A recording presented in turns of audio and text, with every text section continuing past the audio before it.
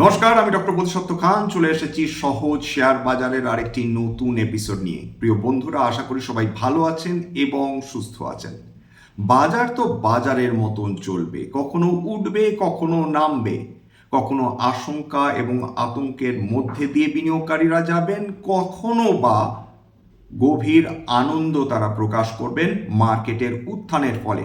এত কিছুর মাঝে শর্ট টার্মের এই মুভমেন্টের কারণে নিজের আখের গুছিয়ে নিতে ভুলছেন না তো আপনারা?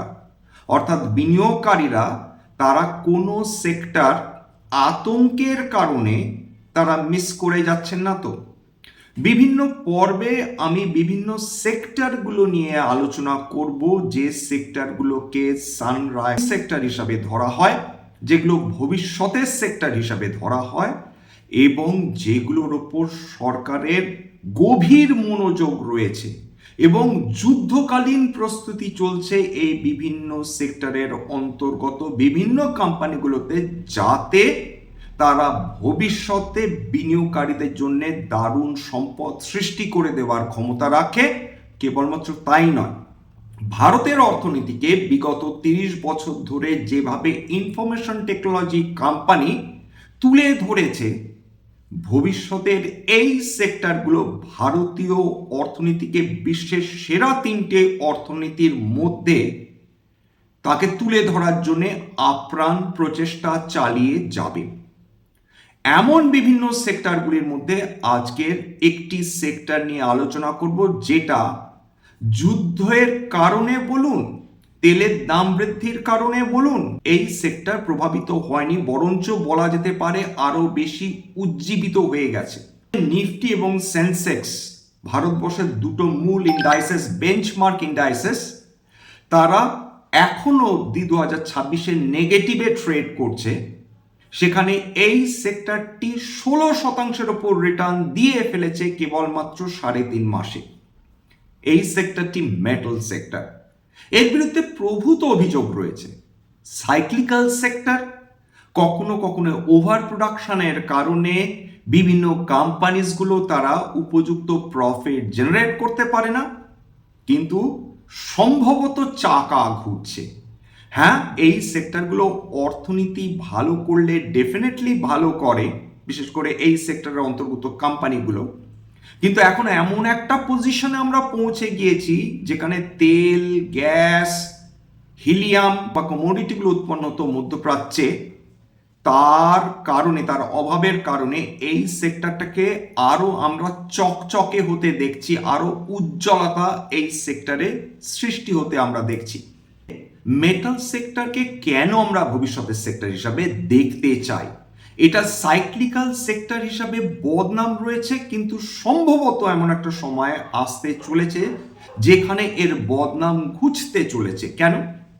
তার কারণ তেল যদি না থাকে, গ্যাস যদি না থাকে, তাহলে আমাদের অল্টারনেটিভ সোর্স খুঁজতে হবে, alternative source of energy.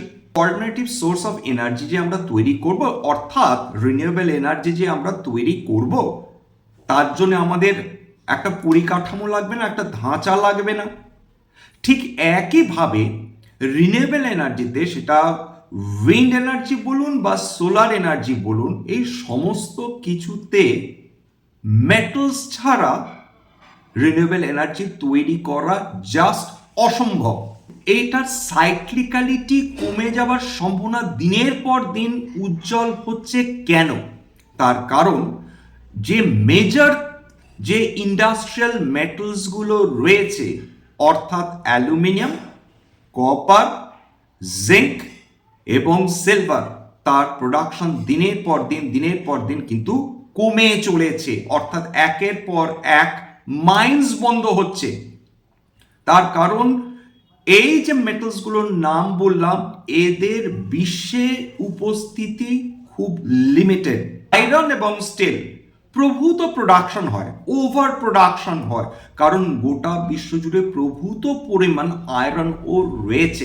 Zinc, copper, aluminium, silver, তার উপস্থিতি আয়রন ওরের তুলনায় অনেক অনেক অনেক কম। অ্যালুমিনিয়ামের দাম বিগত 1 বছরে লন্ডন মেটাল এক্সচেঞ্জে বৃদ্ধি পেয়েছে 47.8%। কেন জানেন? তার কারণ মধ্যপ্রাচ্যে কেবলমাত্র হিলিয়াম, সালফার, তেল, গ্যাস এইগুলো উৎপাদন হয় তাই নয়, বিশ্বের সবচেয়ে বেশি অ্যালুমিনিয়াম প্রোডাকশন যে দেশগুলি করে তার মধ্যে উল্লেখযোগ্য দুটি দেশের নাম যারা বিশ্বে 5 নম্বর এবং 6 নম্বর in terms of aluminium production. একটার নাম ইউনাইটেড আরব এমিরেটস, 2 নম্বর অতি ক্ষুদ্র দেশ বাহরিন।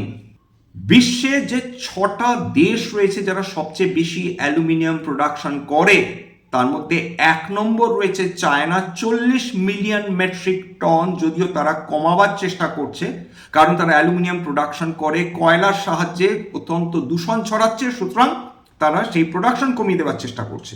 2 নম্বর ভারতবর্ষ, তারা 4.1 মিলিয়ন মেট্রিক টন উৎপাদন করে অ্যালুমিনিয়াম। ভারতবর্ষে কয়েকটা উল্লেখযোগ্য company Vedanta, Hindalco, national aluminium company প্রভৃতি। 3 নম্বর রাশিয়া, 4 নম্বর কানাডা, 5 নম্বর united Arab Emirates 2.7 million metric ton, 6 নম্বর হচ্ছে বাহরিন 1.6 মিলিয়ন মেট্রিক টন। তার মানে বুঝতে পারছেন যে বিশ্বের 5 নম্বর এবং 6 নম্বর দেশ তারা অ্যালুমিনিয়াম যে প্রোডাকশন করছিল সেইখানেও হঠাৎ করে একটা গ্রাইন্ডিং হল্ট হয়েছে, এবং এই দুটি দেশের কাছ থেকে যারা সবচেয়ে বেশি অ্যালুমিনিয়াম ইম্পোর্ট করে থাকে, অর্থাৎ যে দুটি দেশ তারা গাড়ি তৈরি করার জন্য বিখ্যাত, একটি জাপান এবং 2 নম্বর দক্ষিণ কোরিয়া, এদের দেশের সেরা যে গাড়ি কোম্পানিগুলো রয়েছে তারা অ্যালুমিনিয়াম নিয়ে থাকে, বাহরিন এবং ইউনাইটেড আরব এমিরেটস বন্ধ হয়ে গিয়েছে। তার ফলে তাদের অলরেডি একটা দারুণ ক্রাইসিস উপস্থিত হয়েছে নিজেদের অটো সেক্টরে, কারণ তাদের অ্যালুমিনিয়াম পাওয়ার সম্ভাবনা দিনের পর দিন কমছে।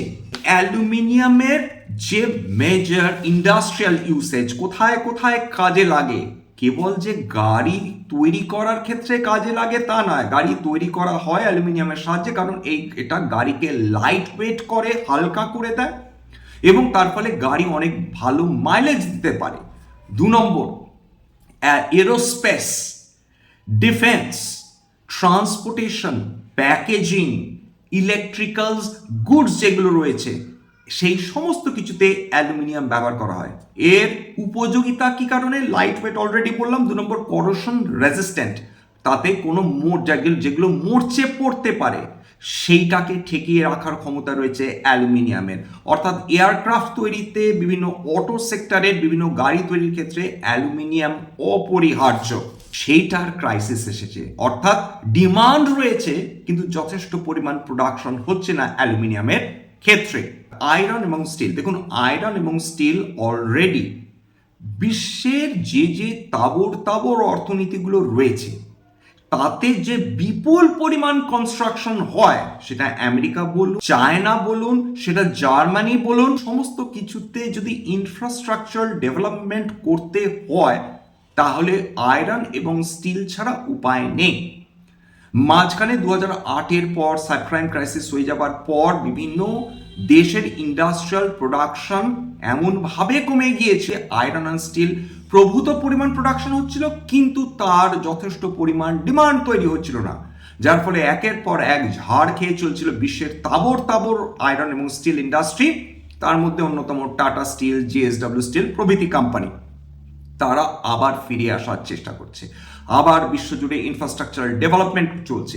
চায়না সবচেয়ে বড় কনজিউমার আয়রন এবং স্টিলের, এবং জানেন কি যে ভারতবর্ষে যে বিপুল পরিমাণ লৌহ আকরিক তৈরি হয় সবচেয়ে বড় কনজিউমার কিন্তু চায়না। 3 নম্বর মেটাল, কপার, মানে যত মেটালসগুলো রয়েছে সবচেয়ে কম পরিমাণ গোটা বিশ্বে সেটা হচ্ছে কপার, হার্ডলি কয়েকটা দেশে পাওয়া যায়। Copper electricals, electronics, renewable energy এবং ইলেকট্রিক ভেহিকেলস। একটা জিনিস মাথায় রাখবেন যে একটা গাড়ি, ইলেকট্রিক গাড়ি তৈরি করতে প্রায় 300 কিলোর মতন কপার ব্যবহার করা হয়। যদি উইন্ড এনার্জির ক্ষেত্রে দেখেন বা রিনিউয়েবল এনার্জির মধ্যে সোলার এনার্জির ক্ষেত্রে দেখেন, সেখানে ব্যাপক হারে কপার ব্যবহার করা হয়, ট্রান্সমিশন লাইনে কপার ব্যবহার করা হয়। কপার একটা integral part of renewable energy.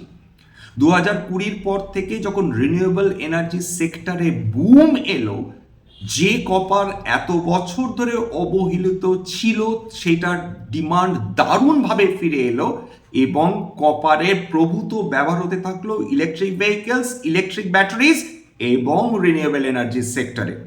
কেন? Copper is an excellent conductor of electricity এবং একই সঙ্গে এটা ওয়্যারিংয়ে ব্যবহার করা হচ্ছে, বিভিন্ন ধরনের মোটর পার্টস তৈরি করার ক্ষেত্রে ইউজ করা হচ্ছে, পাওয়ার গ্রিডস ইনস্টলেশনের জন্য বা কনস্ট্রাকশনের জন্য। জিঙ্ক কনস্ট্রাকশনে লাগছে, অটোমোটিভে লাগছে, স্টিল সেক্টরে লাগছে। মূলত স্টিলের ক্ষেত্রে গ্যালভানাইজ করার জন্য জিঙ্কের ব্যবহার করা হয়।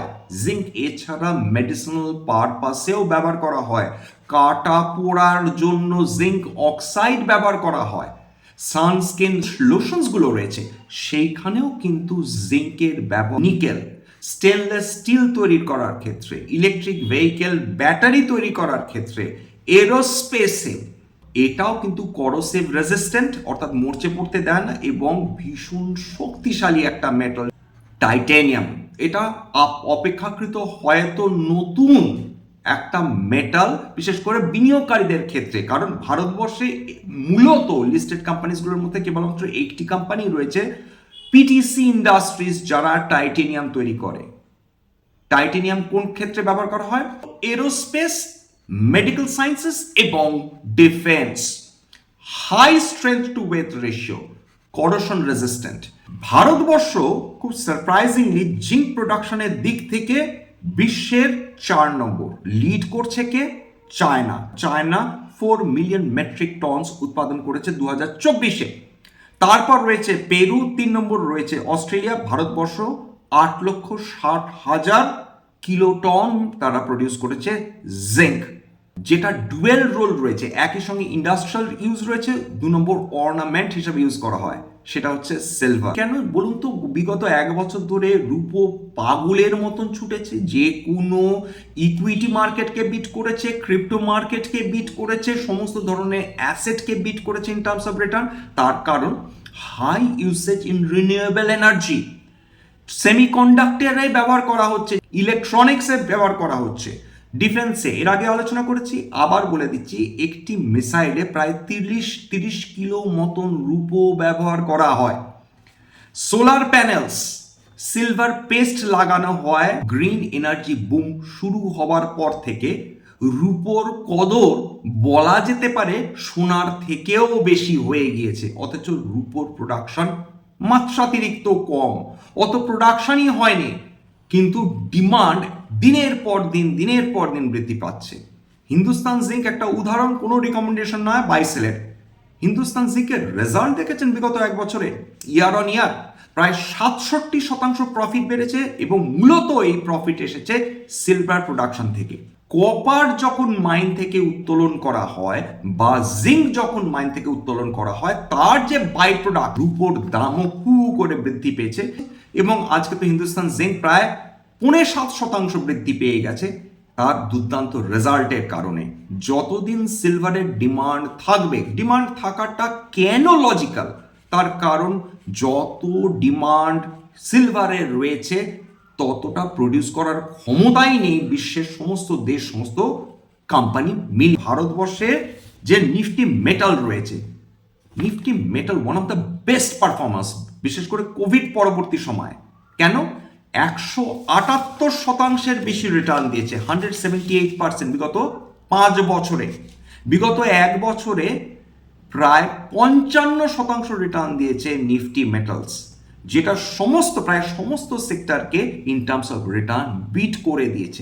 যদি মেটালসের ডিমান্ড উত্তুঙ্গ হয়, যদি আন্তর্জাতিক বাজারে মেটালের দাম দিনের পর দিন বৃদ্ধি হতে থাকে, খুব স্বাভাবিক যে কোম্পানিজগুলো এই মেটাল প্রোডাকশনের সঙ্গে যুক্ত তাদের প্রফিটেবিলিটি বৃদ্ধি হবে। কেন? আন্তর্জাতিক বাজারে লন্ডন মেটাল এক্সচেঞ্জে তাদের দাম যদি বৃদ্ধি হতে থাকে, এই কোম্পানিগুলোর খুব স্বাভাবিকভাবে তাদের প্রফিটও বৃদ্ধি হবে।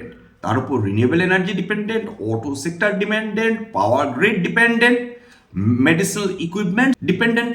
কপার তো খুব কম রয়েছে, ভারতবর্ষ নামমাত্র কপার প্রডিউস করে দুর্ভাগ্যবশত, এবং রিনিউয়েবল এনার্জির ডিমান্ড বাড়ার সঙ্গে সঙ্গে কপারের ডিমান্ড বেড়েছে। ভারতবর্ষ সেই পরিমাণ কপার নেই, মাত্র 30,000 কিলোটন তৈরি করে।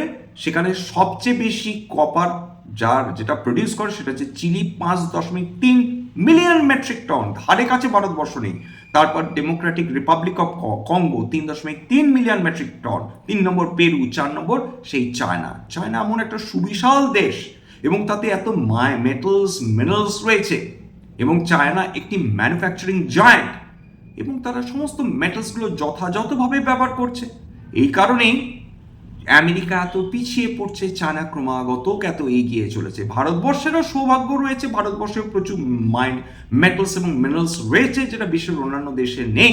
ভারতবর্ষে মেটাল সেক্টর রোলিং সেক্টর এখন একটা লিটল বুল ফেজের মধ্যে দিয়ে যাচ্ছে। যতদিন সেমিকন্ডাক্টর এর উপর ভারত সরকারের নজর থাকবে, যতদিন রিনিউয়েবল এনার্জির উপর ভারত সরকারের নজর থাকবে, যতদিন রিনিউয়েবল ব্যাটারিজ বা ইলেকট্রিক ব্যাটারিজ, এমনকি রিনিউয়েবল এনার্জি বা ইলেকট্রিক ভেহিকলস, এই সেক্টরগুলোর ওপর যতদিন ভারত সরকারের নজর থাকবে, এবং এই সেক্টরগুলো প্রাইমারিলি মেটাল সেক্টরের উপর ডিপেন্ডেন্ট। এই মেটাল সেক্টর ছাড়া কি আপনাদের মনে হয় যে কোনো সেক্টর তারা ফার্দার এগোতে পারবে? উত্তর হচ্ছে কোনোভাবেই সম্ভব না। বেদান্তর যিনি মালিক অর্থাৎ শ্রী অনিল আগরওয়াল, তিনি তো বলেই দিয়েছেন যে যত দিন যাবে, যত মেটাল প্রোডাকশন কম হবে, যত একের পর এক খনি বন্ধ হতে থাকবে, তত গোটা বিশ্ব জুড়ে মেটালের ডিমান্ড বাড়তে থাকবে। স্ট্যান্ডার্ড ডিসক্লোজার যে কোম্পানিসগুলো নিয়ে আলোচনা করলাম, হতে পারে তাতে আমার বা আমার পরিবারের ভেস্টেড ইন্টারেস্ট থাকলেও থাকতে পারে। ভবিষ্যতে যদি কোনো ধরনের কোম্পানিতে আমরা কিনি বা বিক্রি করি, আগাম বিজ্ঞপ্তি দিয়ে কিনতে বা বিক্রি করতে পারবো না। স্ট্যান্ডার্ড ডিসক্লেমার, এটা কেবলমাত্র একটা এডুকেশনাল চ্যানেল। বাঙালি বিনিয়োগকারীদের ইন্ডাস্ট্রি অ্যাওয়ারনেস বৃদ্ধির জন্য এখানে কোনো ধরনের কোনো শেয়ারের buy sell, recommendation, suggestion, advice এমনকি ইনফ্লুয়েন্স করার প্রচেষ্টা নেই। আমার কথা শুনে যদি কোনো ধরনের অ্যাসেট বা কোনো ধরনের শেয়ার্সে বাই সেল সিদ্ধান্ত নেন, ক্ষতির মুখোমুখি হতে পারেন। সুতরাং সবসময় একজন সেবি রেজিস্টার্ড ইনভেস্টমেন্ট অ্যাডভাইসারের পরামর্শ নেওয়ার চেষ্টা করবেন বা নিজের ডিউ ডিলিজেন্স করবেন, সেক্ষেত্রে আপনারা উপকৃত হলেও হতে পারেন। সবশেষে যেটা বলি, যদি এই ধরনের এপিসোড আপনাদের ভালো লাগে, প্লিজ একটা লাইক দেবেন, প্লিজ সাবস্ক্রাইব করবেন, এবং যদি সত্যি মনে হয় আমার বাঙালি ভাই বোনদের জীবনে একটুখানি ভ্যালু অ্যাড করতে পেরেছি, প্লিজ নিজের গ্রুপে শেয়ার করে দেওয়ার চেষ্টা করবেন। আজকের জন্য নমস্কার।